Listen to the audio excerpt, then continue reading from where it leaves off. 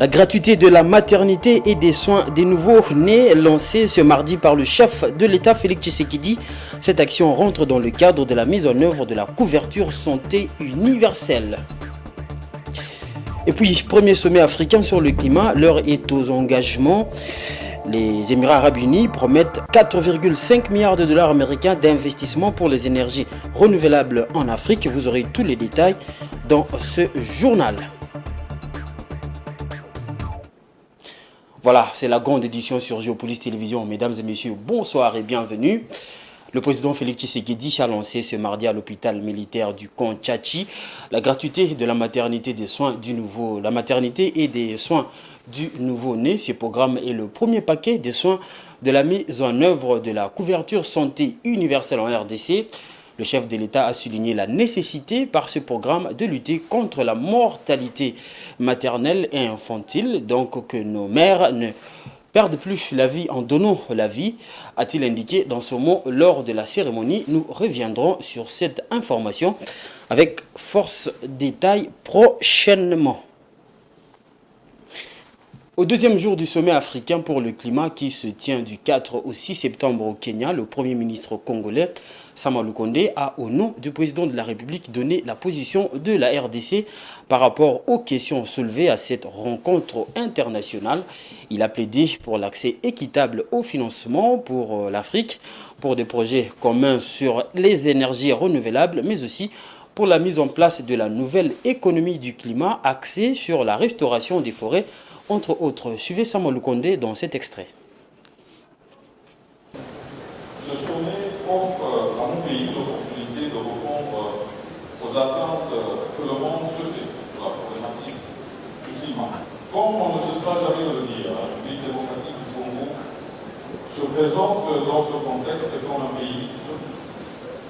La République démocratique du Congo est à mesure de produire à travers son système électrologique de 100 000 MW pouvant alimenter l'Afrique et une partie de l'Europe, sans compter sur sa jeunesse, sa main-d'œuvre, qui est aussi un grand potentiel. Mais comme le président Couture l'a dit ici tout à l'heure, le potentiel africain, il est connu. Ici, il est question de transformer ce potentiel. La République démocratique du Congo, trois ingrédients indispensables sont importants. La volonté, la solidarité et la détermination. La volonté, à travers le respect des engagements que nous prenons, particulièrement les pays pollueurs, ce qui concerne la taxe carbone comme convenu lors de la COP 15.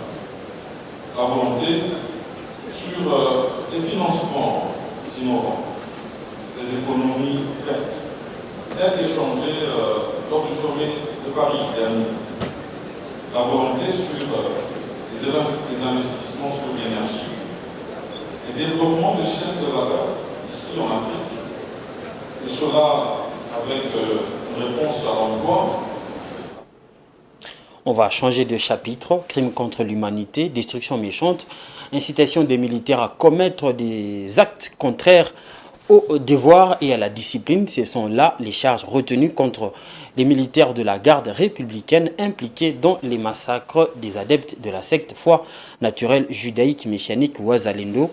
Le procès s'est ouvert ce mardi à Goma en présence des vice-premiers ministres Peter Kazadi et Jean-Pierre Bemba. Patrick Ilunga pour les détails.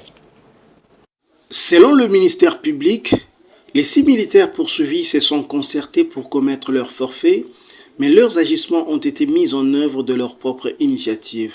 Il ne s'agit pas d'une action étatique, ils ont agi de manière isolée et non dans le cadre de leur mission régalienne. Auteurs de tirs qui ont tué plus de 40 personnes, ils risquent la prison à vie, la peine de mort n'étant plus d'application depuis des années en République démocratique du Congo. Le ministère public a déjà retenu contre eux l'infraction de crime contre l'humanité par meurtre, destruction méchante, incitation des militaires à commettre des actes contraires au devoir et à la discipline. Le gouverneur militaire est rappelé à Kinshasa pour consultation.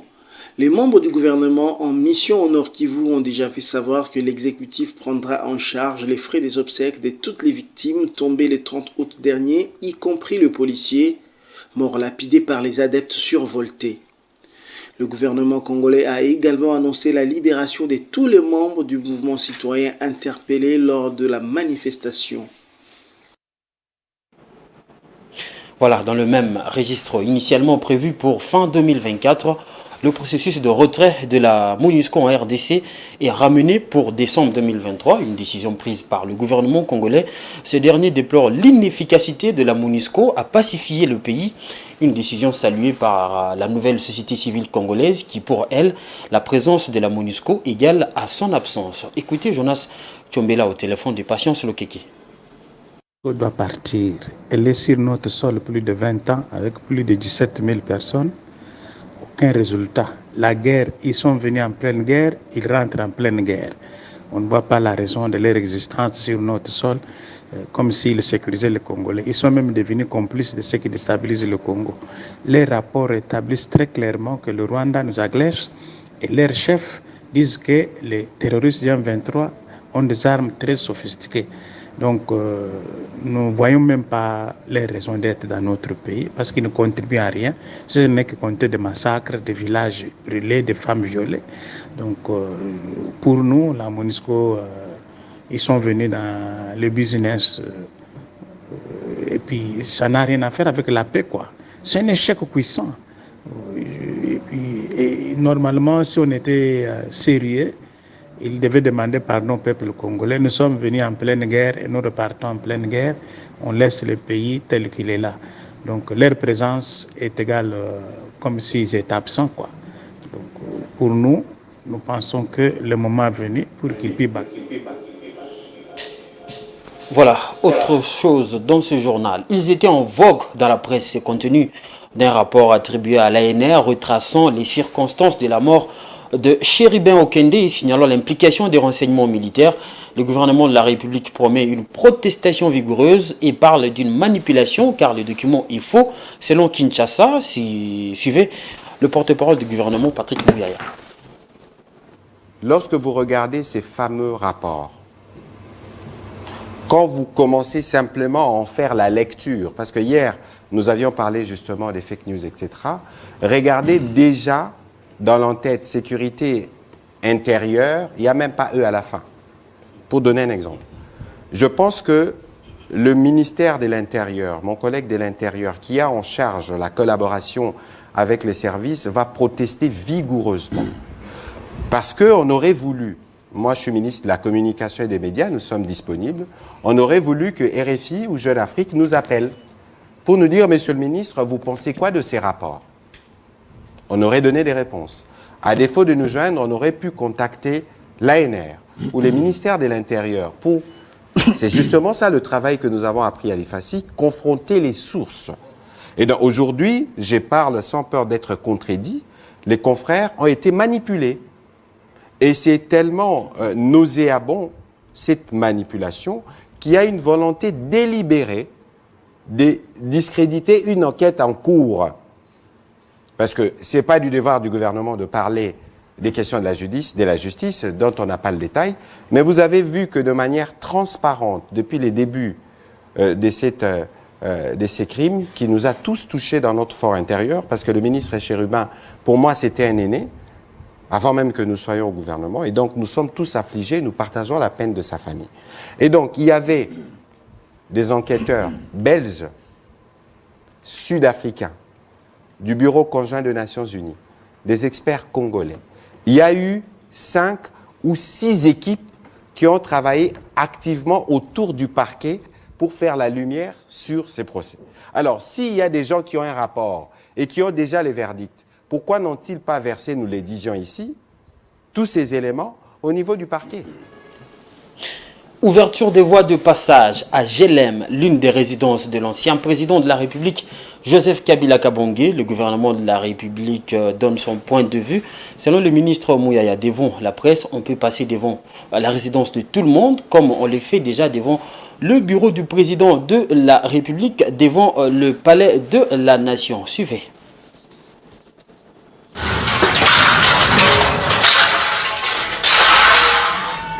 Ces images sont devenues virales depuis ce lundi. Elles illustrent à mieux le début des travaux de la réouverture des routes proches de la résidence de l'ancien président Joseph Kabila. C'était en présence des éléments de la police militaire et de la garde républicaine. Cette initiative a été mise en œuvre suite à une instruction du président de la République, à en croire une correspondance signée par le général-major Kabikiriza Ephraim à la tête de la garde républicaine au ministre d'État en charge de l'urbanisme. Pour les gouvernements congolais, on peut passer devant toute résidence, comme c'est le cas avec le Palais de la Nation, un site stratégique. Si on peut passer devant le bureau du président de la République en fonction, tout le monde peut passer par là, à toutes les heures.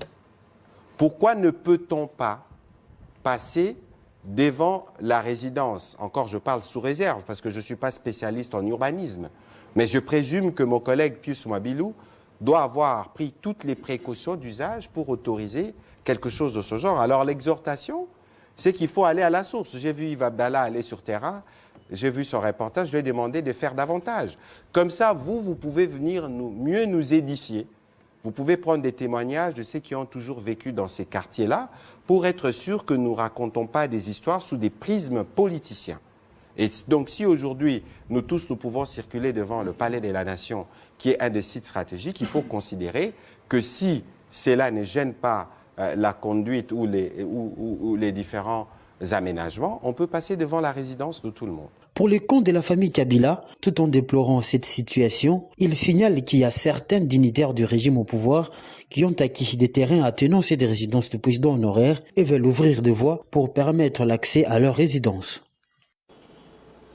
Voilà une brève dans ce journal. Le président de la Commission électorale nationale indépendante s'est uni en sigle Denis Kadima, accompagné de ses deux vice-présidents, a conféré avec la délégation de la coalition des démocrates, CODE, en sigle, conduite par son coordonnateur Jean-Lucien Boussa. Ils ont échangé sur toutes les étapes franchies par la centrale électorale ainsi que la capacité de la CENI à tenir des scrutins dans le délai. Les membres de la CODE ont été rassurés par la hiérarchie de la centrale électorale quant à l'engagement pris à organiser les élections inclusives, transparentes dans un climat apaisé. Le commissaire provincial de la police congolaise, Blaise Mboula Kilimba Limba, a interdit formellement l'accès dès ce lundi 4 septembre des taxis-motos dans la commune de la Gombe, l'une des 24 communes de Kinshasa. Il a dit au cours d'une parade tenue ce dimanche que seul le conducteur de moto des services des sociétés telles que la SNEL et autres auront accès. Alors que pensent les taximens à moto et les Kinois? La réponse dans ce reportage de Francine Moukeba et Ene Kabamba. Des taxis-motos toujours présents dans la commune de la Gombe, malgré l'interdiction par le chef de la police congolaise Blaise Kilimba Limba le dimanche dernier, avec un temps ferme. Une mesure qui n'a pas été respectée par les motocyclistes, ces derniers qui se donnent le plaisir de rouler tranquillement dans les centres-villes jusqu'à présent. Pour le motard interrogé sur le terrain, ils se sentent indignés et vexés par la décision prise par le commissaire de la police. Pourtant, d'après eux, ils possèdent tous les documents leur permettant l'accès à tout le coin de la ville de Kinshasa.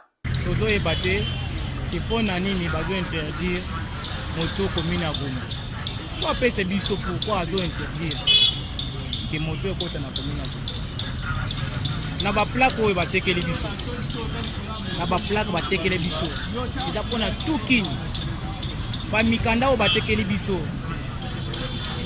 eza pour tukini ba pekisa biso teke no na mukanda oyo eza pona awa pe pona awa no ba ebisi biso ke bozo oza na plaque oza na nino kotambola Kinshasa mo mais sikoyo bazoya balobi ke no tokota na Gombe te est-ce que biso ba mota ya Gombe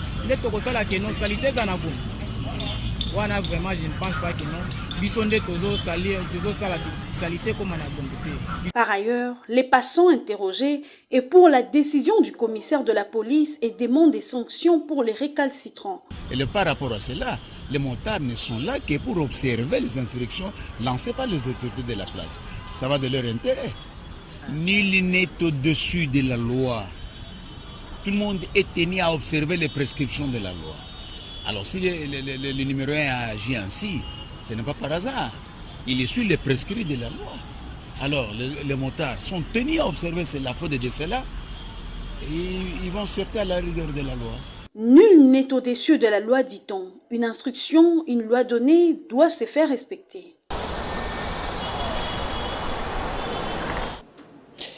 Et puis, dans le groupe A, un autre stade sera disponible dans peu de temps. Les travaux s'activent au stade Kibasa Maliba de Lubumbashi. Le gouverneur Jacques Kabula Katoué a visité les travaux de la pose d'une nouvelle pelouse synthétique qui pourra répondre aux normes de la FIFA d'ici la fin du mois de septembre. Le troisième grand stade de la RDC sera opérationnel pour recevoir des matchs de la Lina Foot, mais aussi des interclubs. Suivez.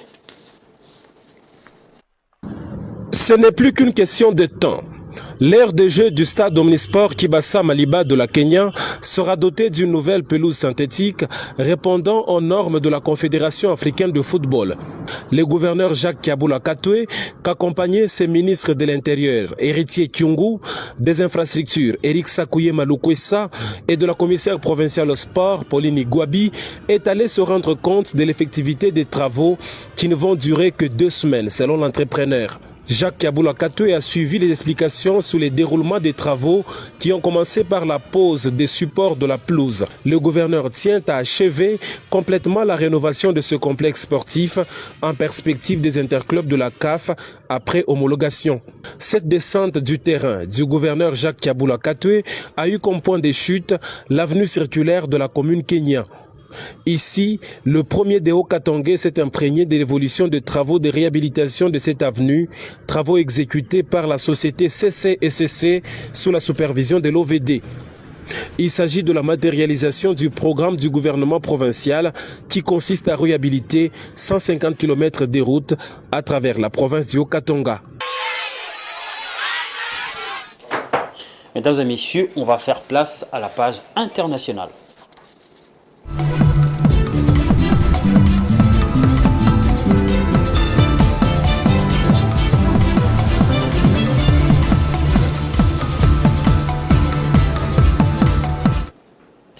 Les Émirats arabes unis ont promis ce mardi 4,5 milliards de dollars d'investissement pour les énergies propres en Afrique lors du premier sommet sur le climat visant à promouvoir le potentiel du continent en tant que puissance verte. Pour sa part, la présidente de la Commission européenne a réitéré cet engagement à aider l'Afrique à lutter contre le changement climatique. Suivez. Alors qu'elle participait au premier sommet africain sur le climat mardi à Nairobi, la présidente de la Commission européenne a réitéré l'engagement de l'Union européenne à aider l'Afrique face au changement climatique. Ursula von der Leyen a notamment appelé à plus d'investissements sur le continent. L'action climatique peut être l'un des principaux moteurs de la croissance africaine.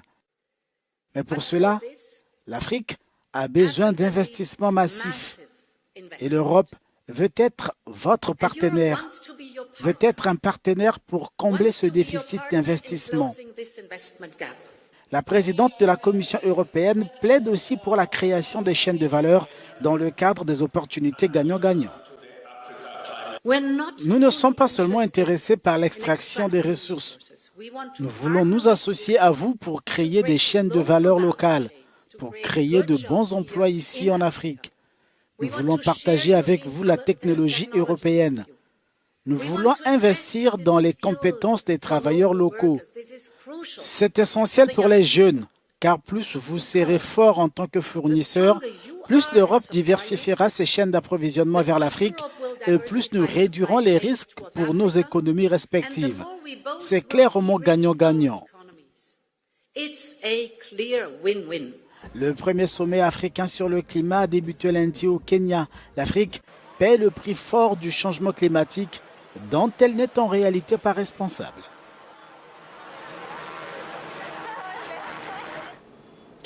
Et puis, tension entre Niamey et Paris. Selon le Premier ministre nigérien, des échanges ont eu lieu pour retirer certaines unités du pays sahélien.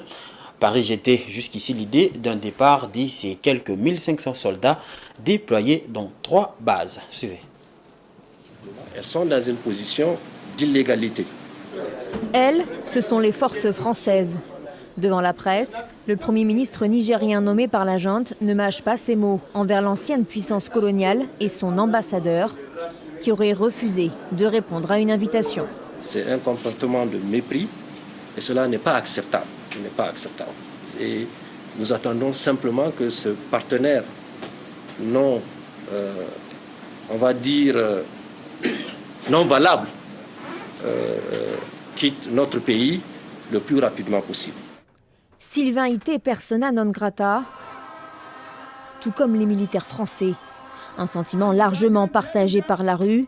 Depuis plusieurs jours, ils sont des milliers devant la base de l'armée nigérienne où sont déployés une partie des quelques 1500 soldats français pour manifester leur rejet de l'Hexagone. Je veux jusqu'à ce que les Français quittent notre territoire. On n'a pas besoin d'eux. Hier, la résistance a continué. Aujourd'hui, vous êtes témoins. Elle continue. Elle va continuer demain. Elle continuera après-demain. Elle continuera toujours jusqu'à ce que ces crétins la quittent. Entre Niamey et Paris, la tension ne redescend pas depuis le coup d'État du 26 juillet dernier. D'autant que la France ne reconnaît aux putschistes aucune légitimité. En revanche, avec la CEDEAO, la junte a bon espoir de parvenir à une entente dans les prochains jours. Mais de son côté, la communauté a imposé de lourdes sanctions économiques au Niger et brandit la menace d'une intervention armée. On s'attend à tout moment à ce que le pays soit attaqué et c'est ce qui est dommage. Toutes les dispositions sont prises pour que nous puissions nous défendre. Pour faire face à une éventuelle menace, le Niger avait fermé son espace aérien le 6 août dernier.